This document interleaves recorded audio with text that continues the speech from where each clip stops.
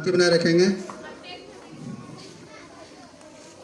हमको आप ये बताइए कि कुछ पाने के लिए हमको क्या मेहनत करना पड़ेगा ना?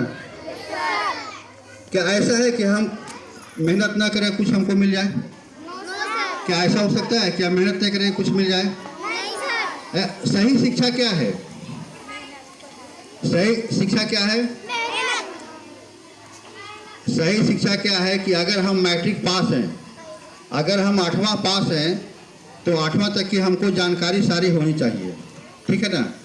अगर मान लो कि हम मैट्रिक पास कर गए, हमको बिहार बोर्ड से सर्टिफिकेट भी मिल गया, लेकिन हम कुछ नहीं जानते हैं, तो क्या सही शिक्षा हुआ ये?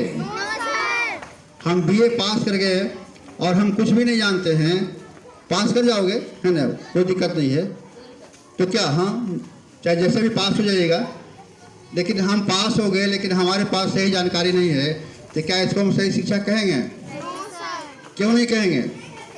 इसलिए कि आप कोई लायक नहीं रहे। फिर आपके पास अगर डिग्री सिर्फ है तो कागज़ का टुकड़ा है और आप कोई लायक नहीं रहेंगे। बताते आपको, आपसे कोई काम नहीं होगा, आपसे ना तो सरकारी काम होगा, किरानी का काम नहीं होगा, या कोई नौकरी का नहीं कर पाएंगे आप, और क्या होगा? क्या छोटा मजदूरी का भी काम आप नहीं कर सकते हैं। क्यों नहीं करोगे? आपको शर्म आएगी कि हम बीए पास हैं और हम ये काम करें, हम मजदूरी का काम करें, हम सफाई का काम करेंगे, आपको शर्म आएगी। इसलिए अगर आप पढ़ाई पढ़ रहे हैं तो आप पर सरकार का बहुत पैसा खर्च हो रहा है। वह पैसा कहाँ से आ रहा है? आप लोगों पर, प्रत्येक स्टूडेंट पर 2000 रुपया महीना खर्च हो रहा है।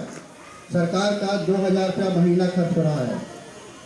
छात्रवृत्ति में, साइकिल में, पोशाक में, आपका पुस्तक पर, बिल्डिंग पर, जो शिक्षक पढ़ाते हैं उनका सैलरी में बहुत पैसा खर्च हो रहा है। यह पैसा कहाँ से आता है आपको है पता? यह पैसा कहाँ से आता है? यह पैसा जो जनता, आम जनता से आता है, गाड़ी कमाई जो काम करती है। एक मजदूर जो है वह एक छोटा सामान लेता है तो वह टैक्स देता है, उसी टैक्स का पैसा सरकार के हो जाता है और वही उसी पैसा से आप पर खर्च होता है। आप सोचिए कि हमको पढ़ाने के लिए पैसा कौन दे रहा है? एक गरीब मजदूर दे रहा है, एक गरीब किसान दे रहा है, एक छोटा दुकानदार दे रहा है। सारी जनता का जो टैक्स देती है वही पैसा हम पर खर्च होता है पढ़ाई में।